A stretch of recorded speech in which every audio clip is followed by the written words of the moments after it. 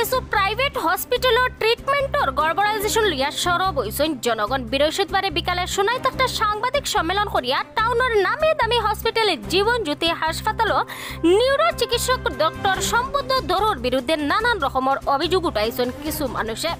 আওলাদ Hossain Laskar, answer Hossain Barlaskar তারা হয়েছেন সোনাই পৌর সদস্য নেবুল ইসলাম লস্করে 3 বার করিয়া সার্জারি করছেন চিকিৎসক সম্পদ ধরে, যার লাগি রোগীরে মৃত্যুর মুখ ফেলাই দিছিলা।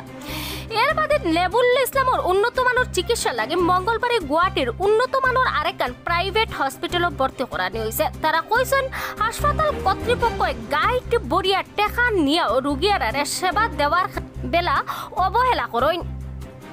হাসপাতালও যোগ্য কর্মীরারে নিয়োগ দেওয়া হয়েছে না বলিয়া তারা অভিযোগ তুলছেন। এটা লইয়া মুখ্যমন্ত্রীর দৃষ্টি আকর্ষণ করিয়া তদন্তর দাবি করছেন তারা। সাংবাদিক বৈঠকে এছাড়া বক্তব্য রাখছেন আফসার চৌধুরী, রশিদ আহমেদ লস্কর, আবু সিদ্দিক লস্কর, কণিকা দাস, রাজা লস্কর। তারা নেবুল ইসলাম লস্কর গুরুতর অসুস্থ হয়ে শিলচর জীবনজ্যোতি হসপিটালে অ্যাডমিশন ছিলেন। আপনারা জানেন উনি ডক্টর শম্ভুধর ওনার আওতায় অ্যাডমিশন ছিল শিলচর জীবনজ্যোতি হসপিটালে। সেই হসপিটালের স্বত্বাধিকারীকে আপনারা ছিলেন ডক্টর রাজদীপ রায় মহাশয়। তাই আমি প্রথমে হসপিটালের স্বত্বাধিকারীকে আমি নিন্দা এবং ধিক্কার জানাই যে আজকে বিশেষ করে নেবুল ইসলাম লস্কর একজন জনপ্রতিনিধি, উনি সোনাই 8 নম্বর পৌর কমিশনার, উনি একজন সামাজিক মানুষ এবং উনি পলিটিক্যাল মানুষ।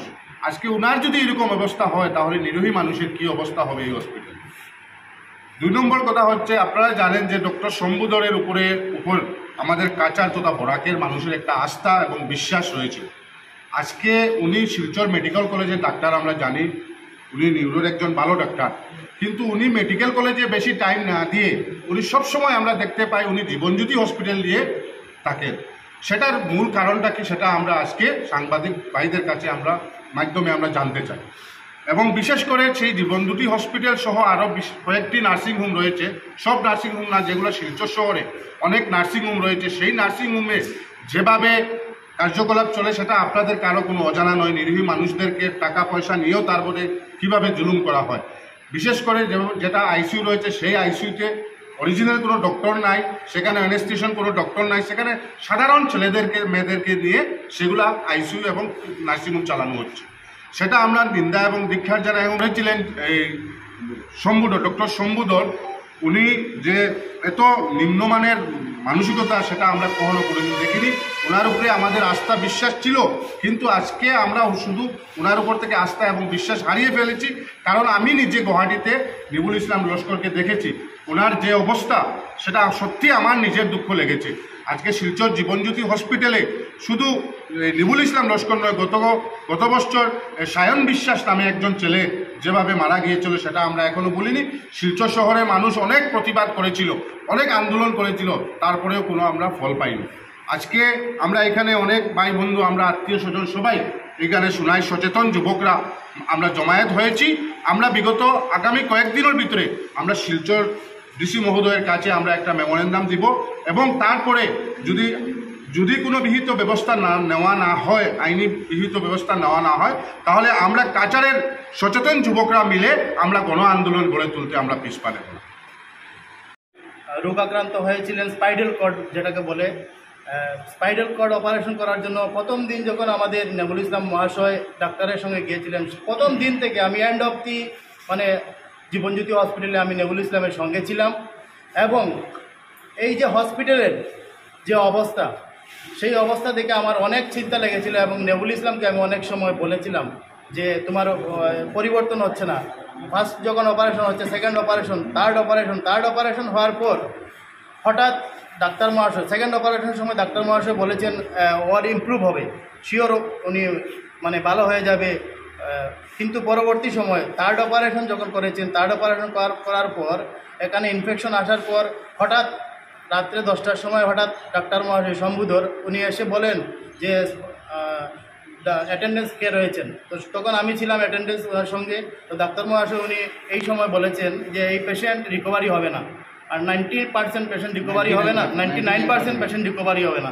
তখন আমি হতভম্ব হয়ে কান্দা কাটা করে, আমরা আরও 4-5 জন ছিলাম, অনেক কান্দা কাটা করে সঙ্গে সঙ্গে আমি আমাদের রিঙ্কু ভাই এবং শাহরুল ইসলাম মহাশয়কে সঙ্গে সঙ্গে ফোন করেছি ওরা সঙ্গে সঙ্গে ডিসিশন নিয়ে ডাক্তারের সঙ্গে ডিসিশন নিয়ে বলেছেন যে আমাদেরকে ছেড়ে দেন, কিন্তু ওই সময় ডাক্তার মহাশয় কিন্তু ছাড়তে বাধ্য হননি।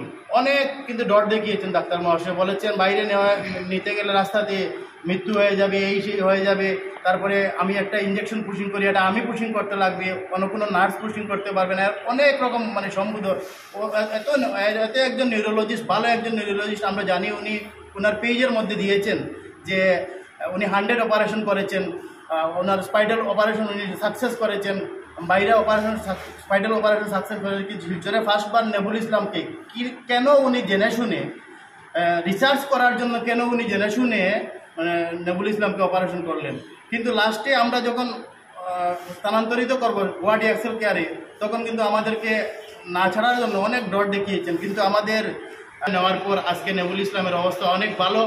তাই আমি আমাদের ডিসি মহোদয় এবং ডক্টর হেমন্ত বিশ্ব শর্মা আমাদের মুখ্যমন্ত্রী, ওনাকে আমি অনুরোধ করব, এই যে মানসিকতা, এত মানে একজন নিউরো সার্জন, আমরা একজন ভালো নিউরো সার্জন পেয়েছি, আমরা বরাকবেলির মানুষ অনেক স্বপ্ন দেখেছিলাম, কিন্তু ওনার যে লাস্ট টাইমে উনি যখন আমাদেরকে ডিসচার্জ দেননি, ওনার এই নিচু মানসিকতা দেখে অনেক খারাপ লেগেছে।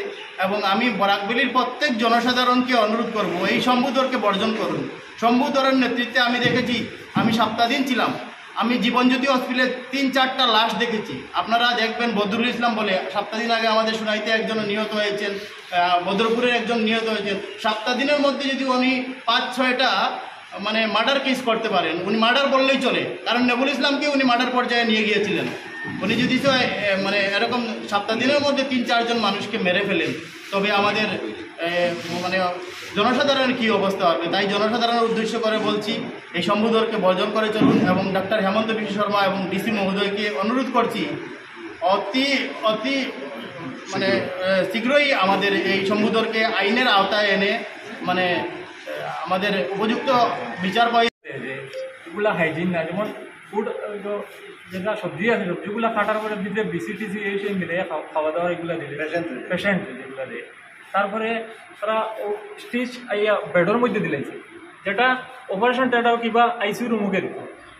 ডাক্তারা ডাইরেক্ট এটা বেডের মধ্যে এখানে কতমান জয় বুঝে ভাইরাস তার থেকে ফেলেছে, ঠিক আছে।